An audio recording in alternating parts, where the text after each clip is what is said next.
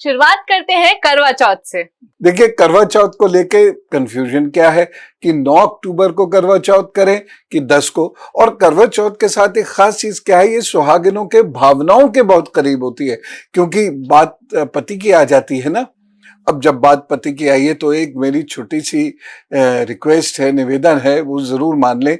यदि पतिदेव को कोई मजबूरी ना हो तो वो भी इस दिन उपवास करें, क्योंकि कोई उनके लिए सुबह से भूखा है, तो उनकी आयु के लिए भूखा है, तो आप भी उसकी आयु के लिए उपवास करें और सहयोग करें, तो जिससे ये करवा चौथ दोनों के ही लिए एक अच्छा त्योहार बने, दोनों की ही आयु अच्छी हो, दोनों के ही सुख अच्छे हो। अब 9 तारीख को मनाई जाए कि 10 तारीख को मनाई जाए, ये कंफ्यूजन लोगों में है।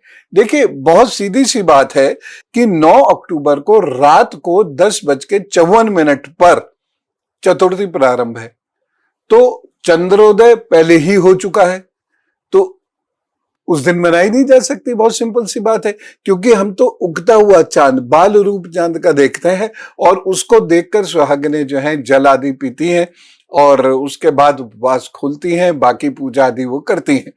तो 9 तो बिल्कुल खारिज हो गया। अब आया 10 बजे, 10 तारीख, 10 अक्टूबर को ही ये जो चतुर्थी है ये 7:38 तक है, लेकिन चूंकि चंद्र व्यापनी चतुर्थी 10 को है, इसीलिए हमें 10 को ही करवा चौथ मनानी चाहिए। 9 को करवा चौथ मनाने का कोई औचित्य नहीं है।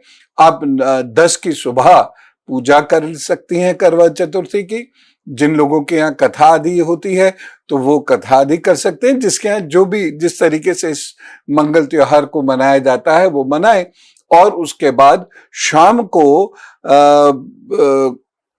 कोशिश करें कि हल्का सा चंद्रमा बस दिग भर जाए और फिर तुरंत ही उपवास खोल लें, उसको लेट ना करें। तो सब लोग अलर्ट, छत पे डट जाएं, ग्राउंड पे डट जाए और चंद्रमा देखते ही व्रत उपवास अपना पूर्ण करें और बाकी जो पूजाएं आदि हैं वो करें। अब 10 तारीख को एक छोटी सी समस्या, मैंने कहा ना तुरंत डट जाए, तो कहीं कहीं तो चंद्रोदय दिख जाएगा, लेकिन बहुत सारी जगह जब चतुर्थी पूर्ण हो रही है 10 को, उसके बाद चंद्रोदय दिख रहा है। चंद्रमा भी तो खेल रहा है इस बार हमसे, तो चंद्रमा बाद में दिख रहा है, लेकिन चूंकि जो उदया तिथि के हिसाब से हम देखें तो 10 तारीख को पड़ता है, तो अगर चतुर्थी पूर्ण भी हो जाती है उसके बाद चंद्रमा के दर्शन होते हैं, तो आप निश्चिंत रहिए, चंद्रमा पूरा आशीर्वाद आपको देंगे। आप बिल्कुल चिंता मत करिए। आपके पति की सेहत, आयु आदि सब अच्छी रहेगी। आपकी पत्नी की सेहत, आयु का आशीर्वाद आपको चंद्रमा देंगे ही देंगे।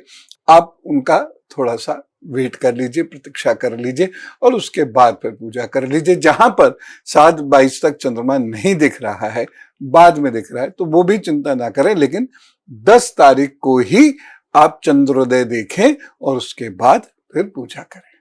गुरुजी, इसके साथ एक दिन और है जिस दिन माएं अपने बच्चों के लिए उपवास रखती हैं, अहोई अष्टमी। ये किस दिन पड़ रही है?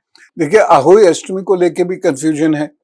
तो पहली बात तो ये है, देखिए, कि केवल पुत्र के लिए नहीं, पुत्री के लिए भी अहोई अष्टमी होनी चाहिए, क्योंकि संतान तो दोनों बराबर है। अब आप इसका दिन और मुहूर्त नोट कर लीजिए। 13 अक्टूबर अहोई अष्टमी होगी, दिन होगा सोमवार को, और पूजा का जो समय है वो है शाम को 5:53 से 7:08 तक। इस समय में आप अहोई अष्टमी की पूजा कर लीजिएगा।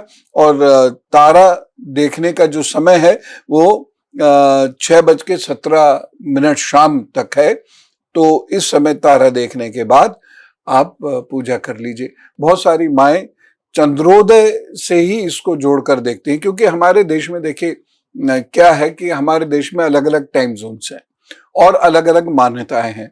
100 किलोमीटर पे मान्यताएं बदलती हैं, कुल की मान्यताएं बदलती हैं, परिवार की सोच बदलती है।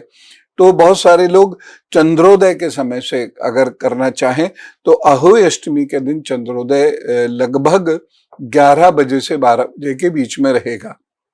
जैसे दिल्ली का समय लूं तो 11:20 या 11:22 के करीब होगा।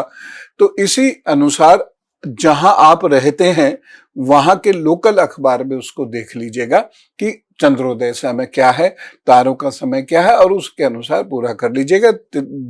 डेट जो है वो 13 ही रहेगी।